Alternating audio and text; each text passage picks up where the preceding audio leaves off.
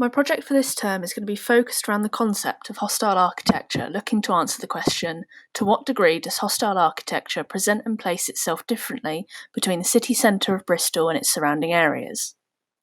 This will be a photography and city mapping project that plots several examples of hostile architecture found within central Bristol comparatively with its outskirts, and exploring any differences or correlations that arise in their locality and aggressivity. One of the main theorists I'll be drawing from through the course of this production is Petty's 2016 piece on the London Spikes controversy, who refers to hostile architecture as structures that are attached to or installed in spaces of public use in order to render them unusable in certain ways or by certain groups. Such examples of this can be found in the vast majority of urbanised areas, examples of which are located within the 10-minute stretch between Park Street and White Ladies Road in Bristol. These consist of sloped, undercover entranceways to shops that prevent rough sleepers from seeking shelter to sleep under, alongside one completely shuttered-off storefront, posing itself as a security measure rather than its true purpose as a deflection for the homeless population. This securitisation of public space is a component to the vision Rusenko 2020 describes as the revanchist city, and in this instance also doubles as what Petty 2016 would also refer to as a more socially palatable form of the architecture's true coercive function. Another example of this, and the war on sitting, is the road blockade on Queen's Road, where the brutalist hostile blockade is masked, on its commercial side it should be noted, by bags of flowers. While some of these examples pose as mere inconvenience to the majority of those in public spaces using them commercially, such architecture is a direct attack upon the visibility and existence of the homeless population. Petty 2016 again refers to such design as an unjustified form of violence against an already vulnerable population, all in the name of neoliberalism structuring our public spaces for profitability and aesthetically gentrified consumer hubs. Theorists such as Jambor and Vadrady 2016 explain that such attacks make everyday surviving strategies uncertain for the homeless population, further supported by Toulis and Hammock in 2015, stating that their survival hinges on accessibility and livability of public space. Regardless, this architecture was never designed to aid the root cause of homelessness, but rather just to remove it from the public eye, which Rusenko 2020 further goes on to explain can only be done by destructuring the hierarchical, patriarchal, and anti-democratic imperial formations that built social injustice in the first instance. I have chosen to complete this project in the two mediums of photography and website mapping design for several reasons.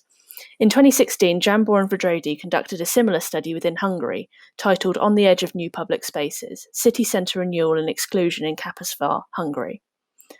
Within this research, they used the process of photo documentation, the justification of which refers to 2004's Letegny, stating that during the research of public spaces, the best practice is when researchers take into consideration characteristics of existing use of space.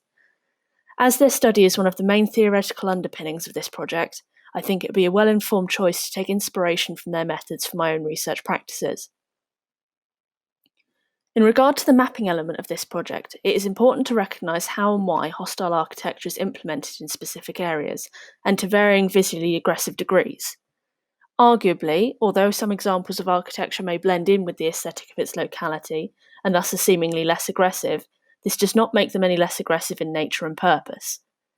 Leading on from this, recognising their exact placings on a larger scale in the form of the map will begin to depict a type of social herding of usable space for homeless persons. This opens up a variety of class and capital issues in terms of social control and the public sphere's ever-moving construction, both socially and physically.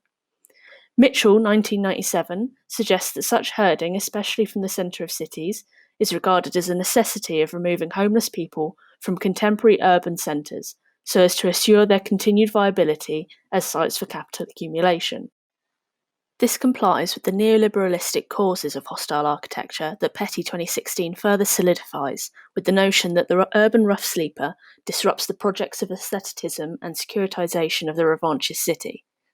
Where the existence of homeless in urbanised areas is not profitable, nor does it improve the security or aesthetic of urban areas, hostile architecture is then deployed to prevent such use of public space and remove it from the public eye. Petty 2016 also refers to this process, stating that such architecture seeks neither to resolve the problem of homelessness, but instead seeks to remove it from sight. This removal from site will in theory be evident when correlating the locations I find hostile architecture and the purpose or class divisions I find in their surrounding areas. For the remaining 7 scheduled weeks prior to hand-in, I have created a dated progress tracker to visually show me whether I am behind, ahead, or on schedule, with a short reminder of tasks to complete that week. Through until week 6, I'll be finalising my theoretical approach and design structure of my project, prepared to complete the full bulk of the photography aspect of my project within the production week. In doing so, I will then have material prepared for the group crit in week 7. From this point onwards, my schedule will be based around compiling my data and research into its final website form, allowing time for further photo documentation along the way. This will then allow several weeks of further investigatory research after my initial bulk production. The Christmas break will also give me a few weeks to finalise the website build and to start considering my final evaluation on the project thus far.